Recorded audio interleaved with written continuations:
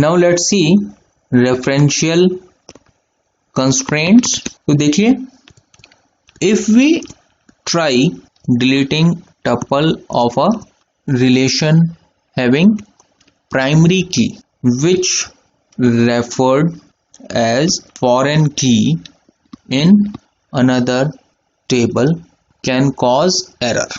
हमने last video में देखा था कि अगर हम ब्रांच टेबल के अंदर, ये हमारी ब्रांच टेबल थी और इसके अंदर ब्रांच कोड था और ब्रांच नेम था। यहाँ पे 2 था, 1 2 3 CSC ECE और लेट से इलेक्ट्रिकल, और हम इसको डिलीट करने की कोशिश कर रहे हैं लेट से डेटा को। बट ये 2 हमारी स्टूडेंट टेबल के अंदर एज ए फॉरेन की है, ब्रांच कोड ये यहाँ पे है, तो ये डिलीट नहीं कर पा रहे थे। ये क्या कर रहा था, एरर दे रहा था, ठीक है ना। लेकिन हम फिर भी अगर डिलीट करना चाहें तो referential triggered constraints help to further take action on what to do if we still want to delete such a tuple। तो रेफरेंशियल ट्रिगर्ड कंस्ट्रेंट हमें हेल्प करते हैं अगर हम फिर भी इस तरह के टपल को डिलीट करना चाहें, ठीक है। तो हमारे पास in total there are 3 triggered actions हैं, ठीक है। तो एक एक्शन तो हमारे पास हो सकता है ऑन डिलीट और दूसरा एक्शन हो सकता है ऑन अपडेट। और वो 3 तरह के ट्रिगर्ड एक्शन क्या है कि अगर डिलीट कर रहे हो आप, तो पहला जो हमारी फॉरेन की है वहां पे नल सेट कर दो। मतलब जैसे अगर आप इसको डिलीट कर रहे हो और ये 2 यहाँ पे फॉरेन की में है तो इसको नल सेट कर दो, या फिर आप इसको सेट डिफॉल्ट कर दो, तो आप इसकी वैल्यू को डिफॉल्ट बाय लेट से 1 कर दो, और या फिर सेट कैस्केड। सेट कैस्केड मतलब अगर आप यहां से डिलीट कर रहे हो तो यहां से भी डिलीट कर दो। और ऐसे ही ऑन अपडेट। ऑन अपडेट भी क्या है, आप अगर यहां पे इस वैल्यू को लेट से अपडेट कर रहे हो, यहां पे आप 2 की जगह लेट से 4 कर रहे हो, तो यहां पे सेट नल क्या कहेगा, इसको नल अपडेट कर दो। सेट डिफॉल्ट क्या कहेगा, इसको सेट 1 कर दो। और सेट कास्केड क्या कहेगा, अगर यहां पे 4 किया है तो इस 2 को भी 4 कर दो। ये है हमारे पास 3 तरह के रेफरेंशियल कंस्ट्रेंट। तो सबसे पहले हम सेट नल का एग्जांपल देखते हैं और एग्जांपल से और अच्छे से समझ में आएगा।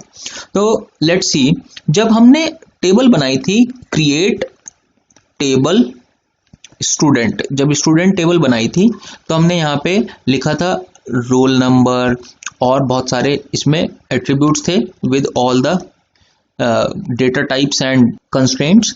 लेकिन हमने वहां पे क्या लिखा था, ब्रांच कोड के लिए ब्रांच कोड इज नंबर, और लास्ट में हमने ये लिख दिया था कि foreign key branch code references B code in branch. ये हमने इस तरह से ब्रांच कोड को फॉरेन की कंस्ट्रेंट ऐड किया था। लेकिन यहां पे कोई भी हमने रेफरेंशियल कंस्ट्रेंट ऐड नहीं किया है। रेफरेंशियल कंस्ट्रेंट ऐड करना मतलब कि अगर हम इसको डिलीट करेंगे तो क्या होगा, अगर अपडेट करेंगे तो क्या होगा, तो हम इसको इस तरह से बना सकते थे। क्रिएट, अगर हमें रेफरेंशियल कंस्ट्रेंट्स ऐड करने हैं तो हम लिखेंगे क्रिएट टेबल स्टूडेंट, और बाकी सारे एट्रीब्यूट्स तो ऐसे ही, सिर्फ ब्रांच कोड पे डिफरेंस है क्योंकि यही फॉरेन की है यहाँ पे।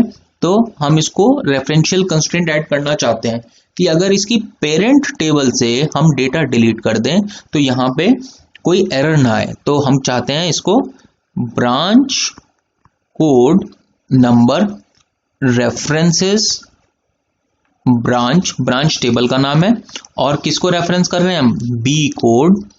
और इसके अंदर हम कह रहे हैं कि on delete set null, on update set null, ठीक है, हमने ये लिख दिया।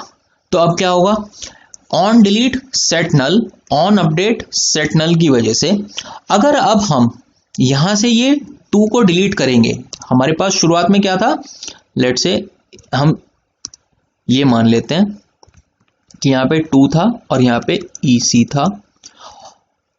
हमारे पास स्टूडेंट टेबल के अंदर सारे एट्रीब्यूट्स बहुत सारे हैं यहाँ पे, और यहाँ पे 2 लिखा हुआ है। अगर हम इसको डिलीट कर रहे थे तो पहले एरर आ रही थी, but on delete set null, on update set null लिखने के बाद क्या हुआ, अगर हम इसको डिलीट करेंगे तो ये नल से सेट हो जाएगी और ये एरर नहीं आएगी। तो इसके बाद अगर हम लिखते हैं, अगर इस तरह की टेबल बनाने के बाद हम लिखते हैं delete from branch where B code equal to 2, तो ये चल जाएगा, एरर नहीं देगा।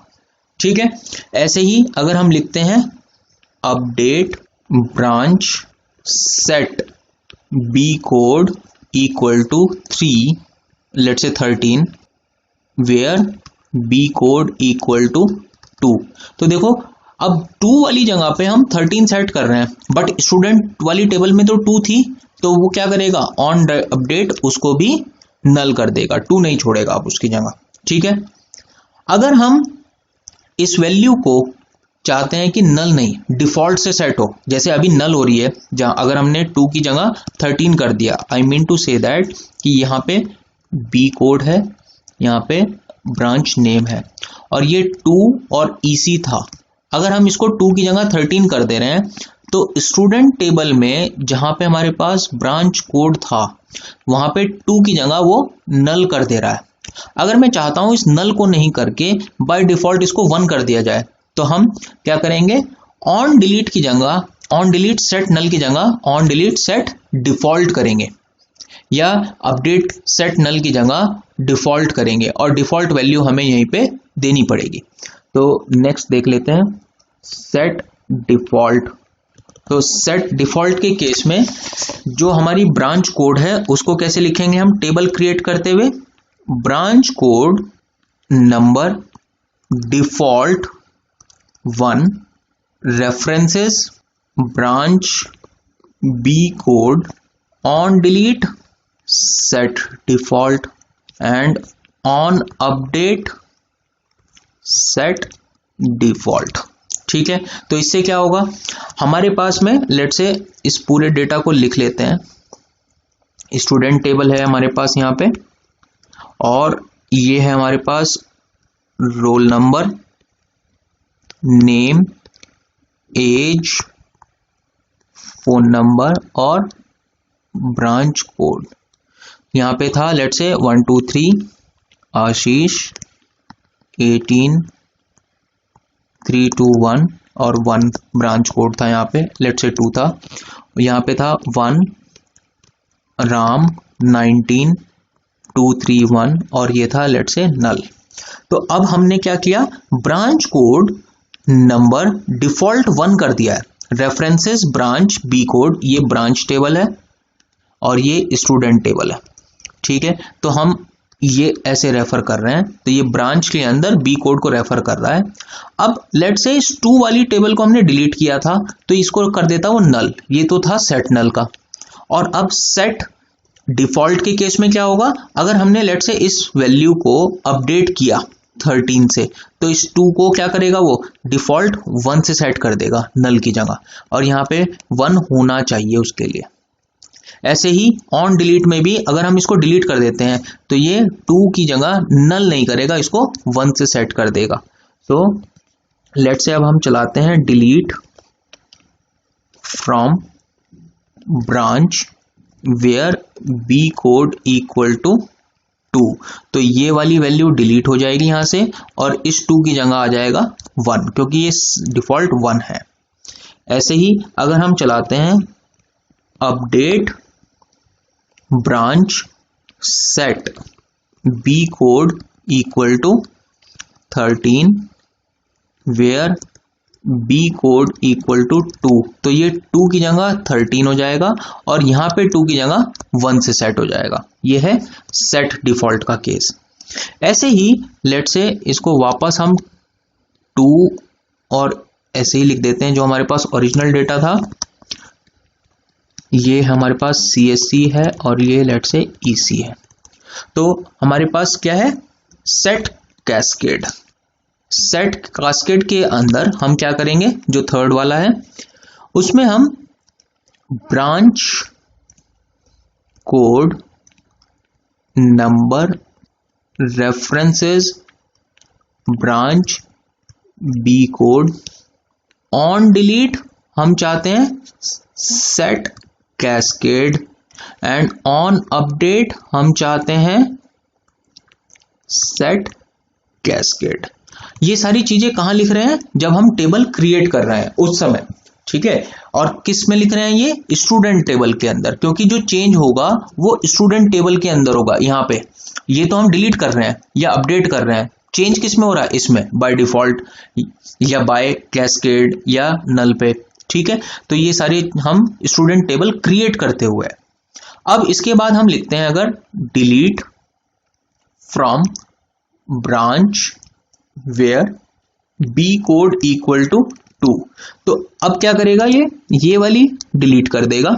और सेट कैस्केड का मतलब क्या है, जो यहां पे किया है वो यहां पे करो, यानी कि इसको भी वो डिलीट कर देगा।